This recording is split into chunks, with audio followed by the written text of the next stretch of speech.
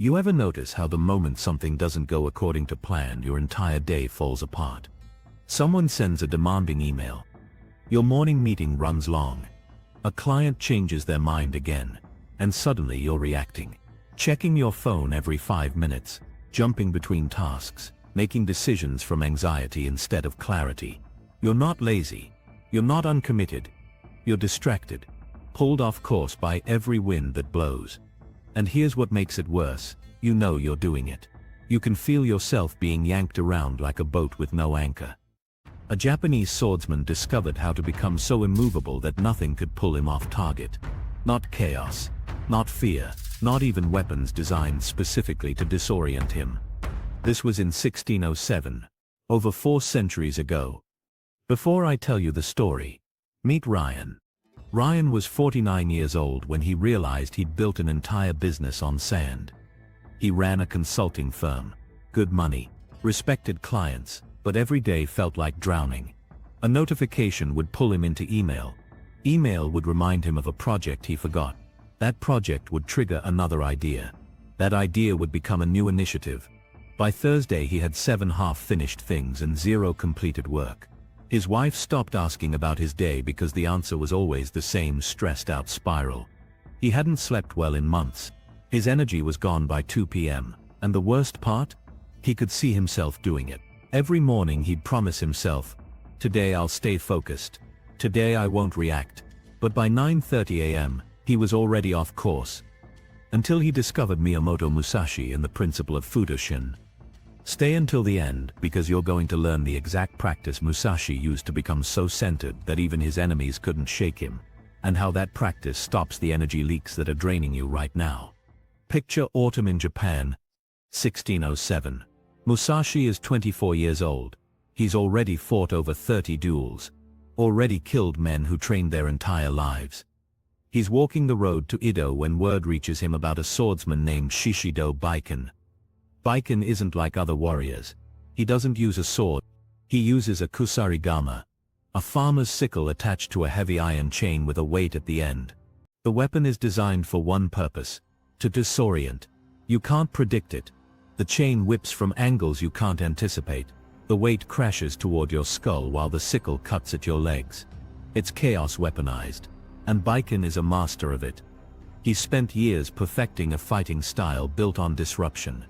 While other warriors train for predictable sword-to-sword combat, Baiken trains to break their rhythm, to pull them off balance, to make them react instead of act. When they meet on a dirt road outside Edo, Musashi doesn't see what he expects. Most swordsmen stand in formal stances, weight distributed, eyes locked, but Baiken is moving. The chain is already spinning. The weight hums through the air in a wide arc. The sickle glints in the afternoon light. Feel what's happening here.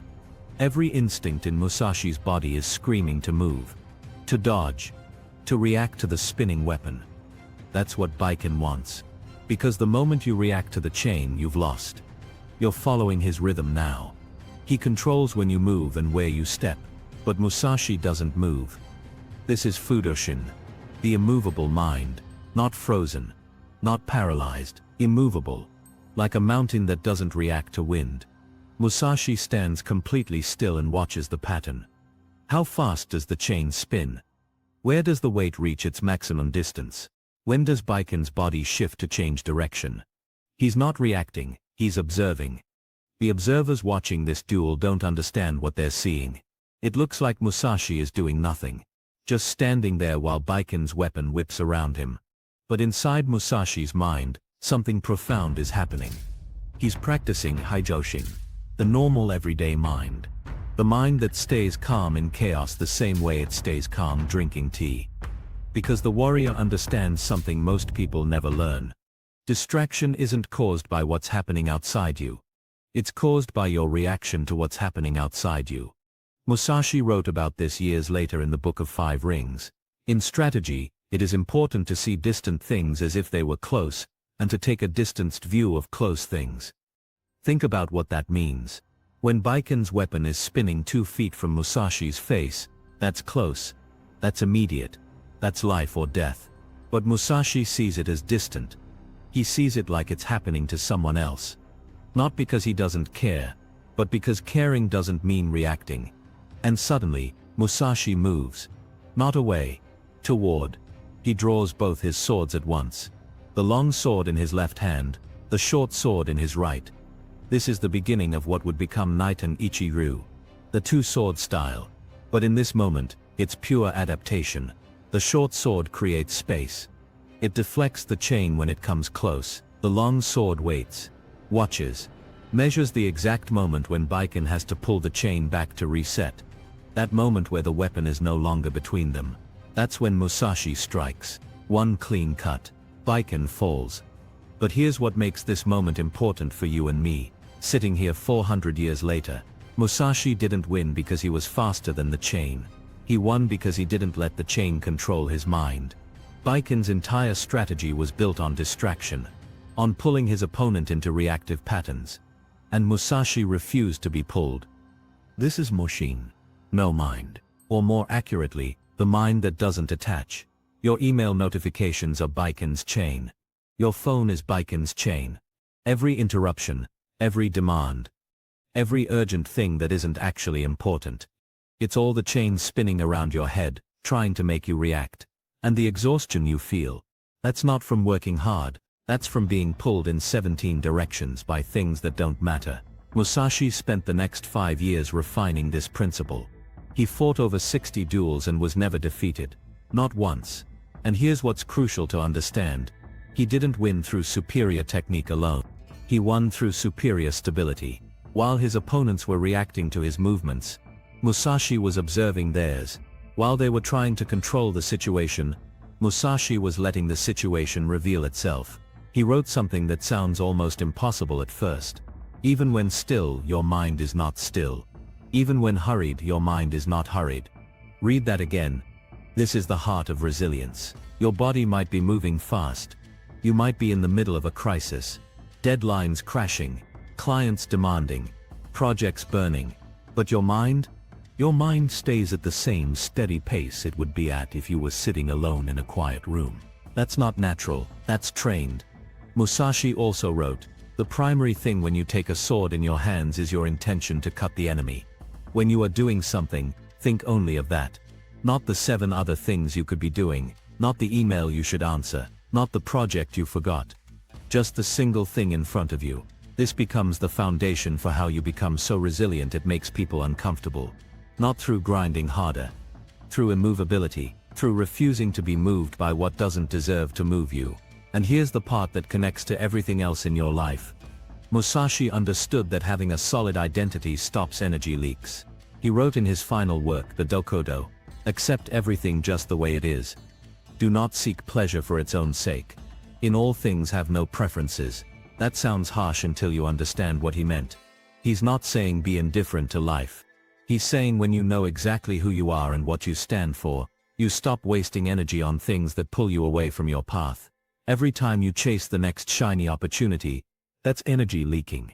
Every time you say yes to something that doesn't align with your core purpose, that's energy leaking. Every time you check your phone because you're uncomfortable with silence, that's energy leaking. And those leaks add up. By the end of the day you're exhausted. Not because you worked hard on what matters, but because you bled energy to 1,000 things that don't. Ryan didn't fight duels with spinning chains. He applied Fudoshin to his calendar. First week he chose one thing. Just one project that mattered. Not the easiest, the most important. And for 3 hours every morning, that's the only thing that existed. Phone off. Email closed. Slack notifications silenced. Just him and the work. He could feel his mind screaming at him to check messages.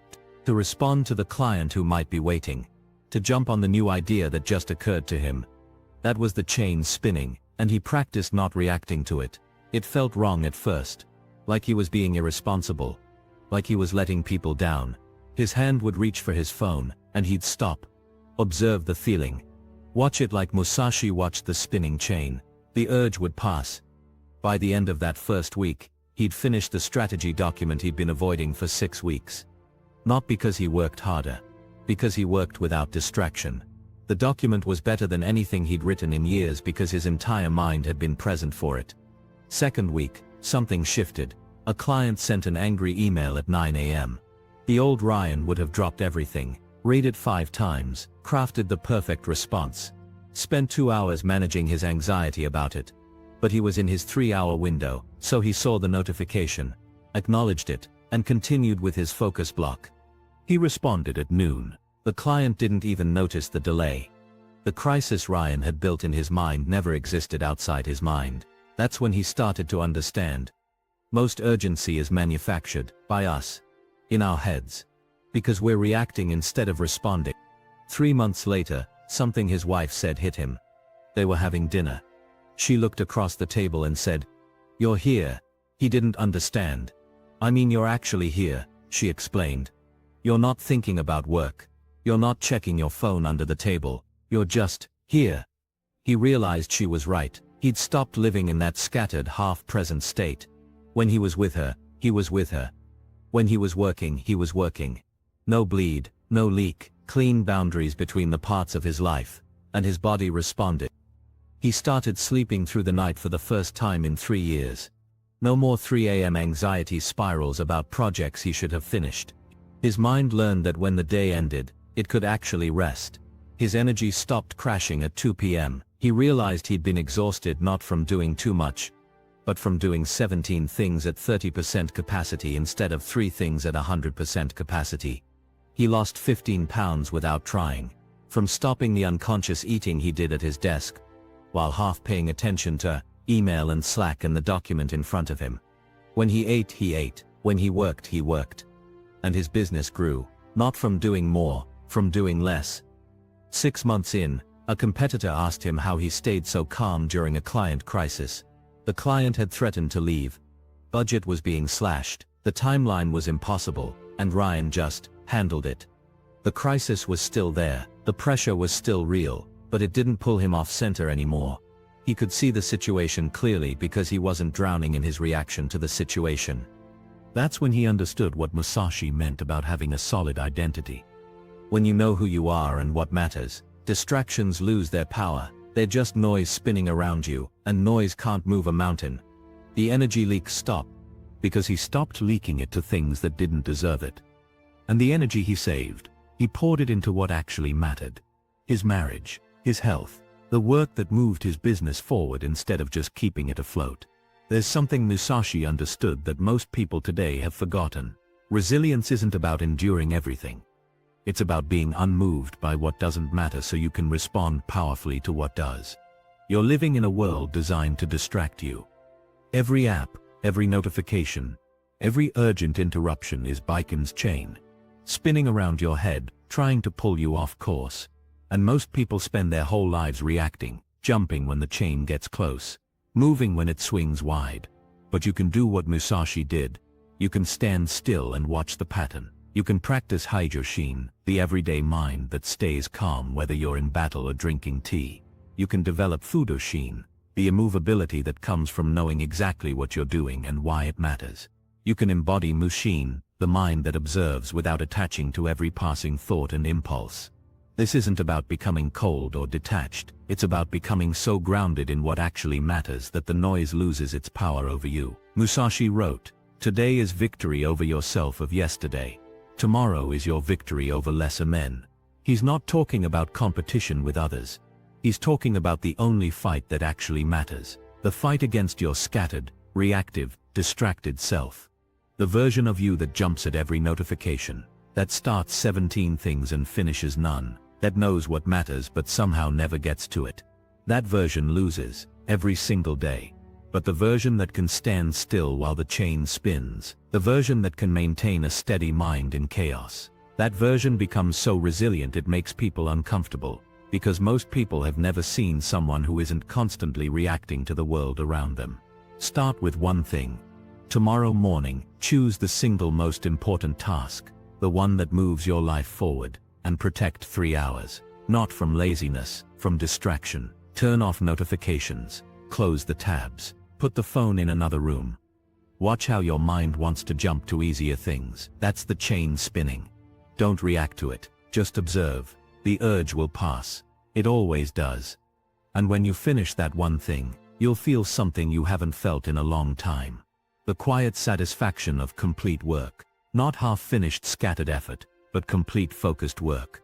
Do it again the next day, and the next, not because it's easy, because it's the warrior's path. And the warrior's path isn't about fighting more battles. It's about knowing which battles deserve your sword. If you found insight in this video, please subscribe for more videos to help you along your path. And a question to carry with you: what would change in your life if you became unmoved by everything that doesn't actually matter? Thank you for watching. See you next time. And as always, remember to stay in tune with your own mind frequency.